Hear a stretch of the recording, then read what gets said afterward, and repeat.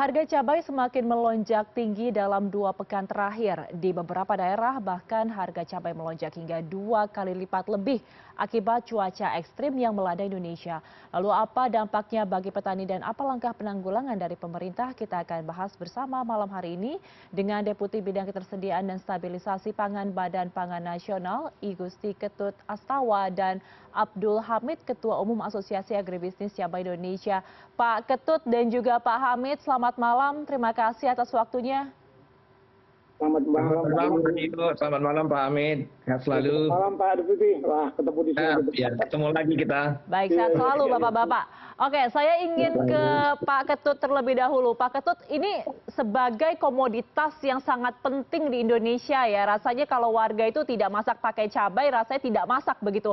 Lonjakannya sangat tinggi. Ada yang sampai Rp150.000 per kilo, ada yang sampai 180 bahkan.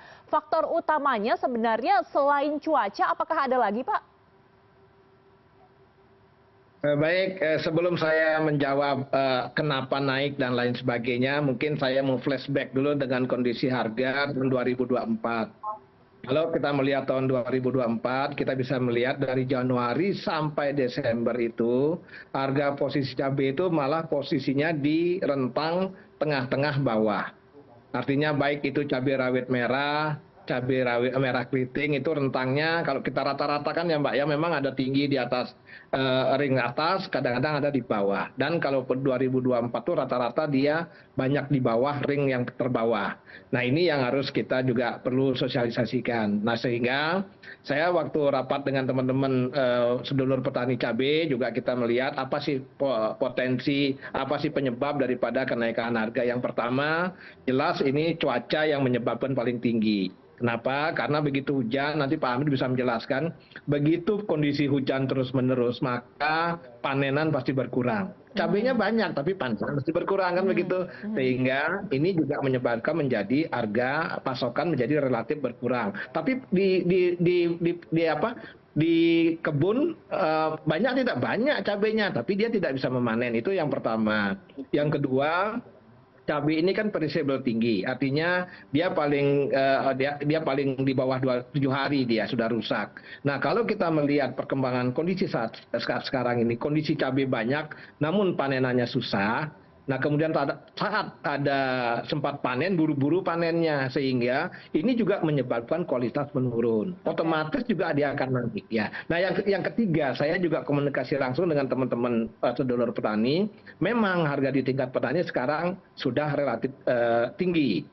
Hampir 60 sampai 70 pasokannya. Nah, oleh 70.000 per kilogram. Ini sebenarnya kalau kita mau jujur ngomong, kalau kita melihat kondisi harga cabai di tingkat petani tahun 2024 bisa sampai di bawah 20.000, di bawah 15.000. Nah, ini kalau kita bilang ini bagian dari kompensasi sekaligus juga kita pastikan pasokannya atau stoknya sangat banyak di tingkat petani. Saya kira demikian.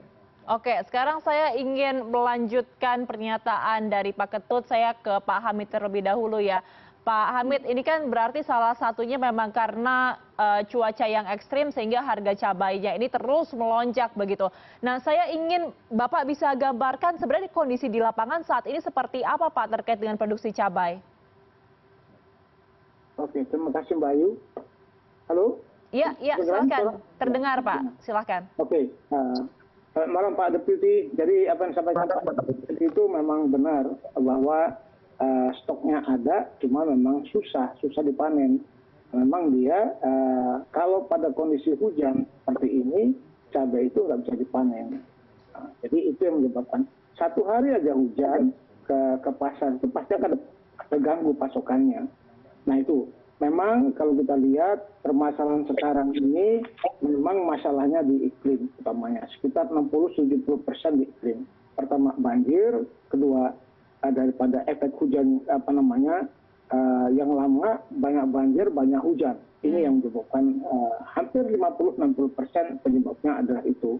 Selain itu juga kekuatan tanaman pada saat hujan seperti ini ada masalah rontok dan kita juga lihat ada fenomena sekarang terakhir daerah Kediri Blitar itu ada anginnya lebih kuat dari sebelum-sebelumnya. Banyak tanaman-tanaman juga yang rubuh. Jadi seperti itu yang menyebabkan relatif kenapa menjadi tinggi harganya. Sekarang di sekitaran petani daerah-daerah, kalau kita ambil patokan adalah sekitar Kediri Blitar itu sekitar 70 sampai 75 ribu untuk CRN cabai rawit merah, dan untuk CMB dengan cabai merah besar dengan CMK sekitar 40 sampai 50. Nah, mungkin kalau sampai di pasar induk yang 70 itu mungkin sekitar 80 atau 82 ya. Mungkin seperti itu kira-kira. Dan relatif akan turun terus. Nah, ya. Oke, dampaknya bagi para petani sekarang seperti apa, Pak? Apakah sudah ada kerugian yang signifikan? Kalau kerugian sebenarnya ini kalau kita lihat mulai bulan Agustus, ya harganya sampai Agustus, September, Oktober, November itu harga cabai itu murah. Oke. Kalau kita, ya artinya pernah kita sampaikan juga cabai merah besar itu sampai 3.000, 4.000 per kilo. Cabai merah keriting itu sama 2.000 sampai 3.000. Lantas untuk cabai rawit sekitar 15 sampai 20. Apa pengaruhnya kalau harga cabai ini panjang murahnya? Mereka hopeless, nggak pelihara lagi tanamannya, dibiarkan dengan dia. Ini bahaya kalau dia panjang. Kenapa? 1 bulan aja nggak dipelihara dengan dia, pengaruhnya 2 bulan ke depan. Oke. Sudah dipastikan 2 bulan ke depan nggak ada cabai, karena sudah mati dalam 1 bulan, 2 bulan sebelumnya. Nah, memang kita usulkan juga melalui Bappenas juga kalau memang ada proteksi agar pada saat murah itu juga harus diberikan support untuk tetap mereka memeliharanya. Karena pengaruhnya pada saat 2 bulan berikutnya pasti tinggi, bisa tinggi. Dan sekarang apalagi kegiatan ini dihantam dengan harga murah, dihantam lagi dengan cuaca. Apakah petani dapat untung? Enggak semua, maling 30-20% yang dapatkan keuntungan sekarang. Yang petani menikmatinya, selebihnya sudah tumbang mereka kena harga murah.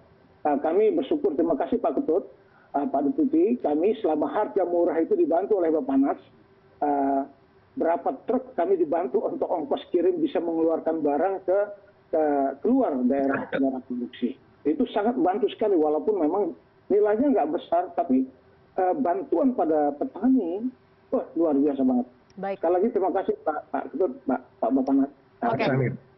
Oke, saya ingin ke Pak Ketut kembali. Pak Ketut, kita membicarakan masalah stok dari komoditas cabai ini ya.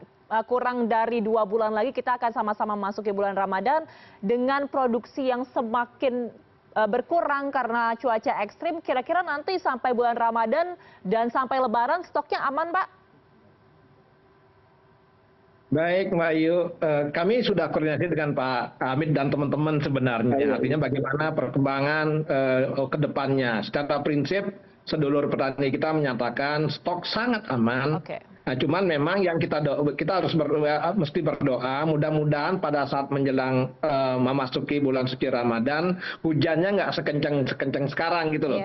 Karena begitu stok banyak di lapangan, tanaman juga berbuah, tapi tiba-tiba hujan, nah ini pasti panennya juga sulit. Itu posisinya sekarang. Namun kalau kita bicara, sekali lagi saya sampaikan, karena sudah koordinasi dengan teman-teman, sedulur petani kita, bahwa tanaman cabai kita sangat banyak di lapangan. Namun kendalanya pada saat panen begitu hujan ini yang menjadi kendala yang relatif menjadi utama kendalanya Pak Amitnya. Jadi itu posisi yang kita hadapi.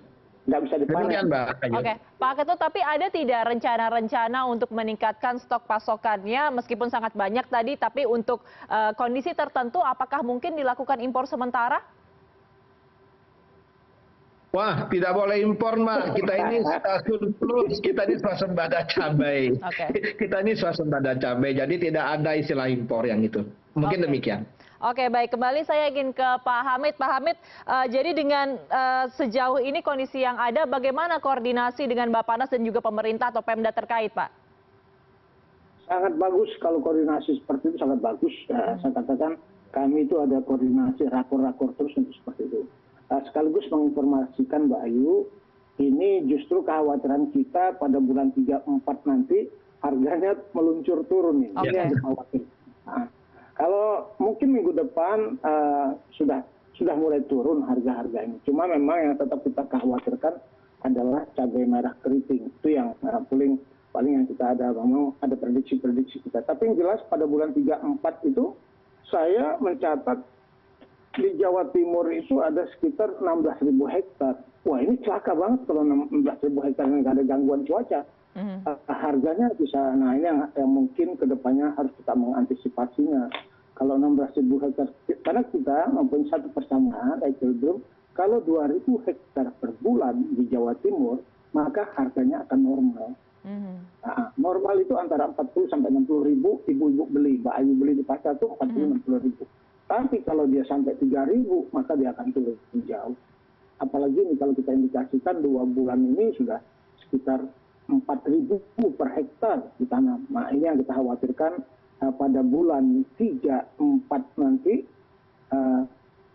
harga akan murah sekali. Nah, mudah-mudahan saya salah, tapi ada bagusnya juga saya informasikan bagaimana mengantisipasinya. Ya, sebenarnya kita ada beberapa program-program untuk ke arah situ. Ya, begitu Mbak Ayu. Oke, baik. Saya kembali ingin ke Pak Ketut. Pak Ketut, jadi sebenarnya harga cabai naik dan turun ini kan memang terus terjadi ya. Ada polanya seiring dengan cuaca yang berubah-ubah di Indonesia. Apa rencana jangka panjang yang bisa dilaksanakan oleh Bappenas agar bisa menjaga stabilitas dari harga cabai? Baik Mbak, karena kami adalah pasca panen ke hilir, artinya kami sudah menyiapkan beberapa kondisi terkait dengan alat memperpanjang usia simpan. Cold storage kita sudah mengadakan beberapa tempat. Nah, ini salah satu menjadi target kami ke depan, sehingga cold storage ini harus kita berikan di sentra-sentra produksi cabai. Karena dengan adanya cold storage, river container dan lain sebagainya yang bisa memberikan atau menyimpan cabai tersebut, sehingga dia akan memperpanjang usia simpannya, sehingga pada saat panen raya sedulur petani kita tidak buru-buru menjual, minimal dia bisa menahan dulu sehingga usia simpannya lebih panjang untuk mencapai harga yang relatif lebih baik. Ini akan sangat membantu sedulur petani kita. Saya kira demikian. Oke, menahan penjualan seperti itu ya. Terakhir saya ingin ke Pak Hamid. Pak Hamid, mumpung kita di sini masih berbicara dan ada Pak Ketut juga dari Bappenas ya. Sebenarnya apa sih evaluasi atau mungkin saran yang paling dibutuhkan oleh petani yang bisa disampaikan kepada Bappenas sendiri dalam menjaga harga stabilitas dari cabai itu sendiri supaya tidak terlalu naik dan tidak terlalu turun? Ya, halo.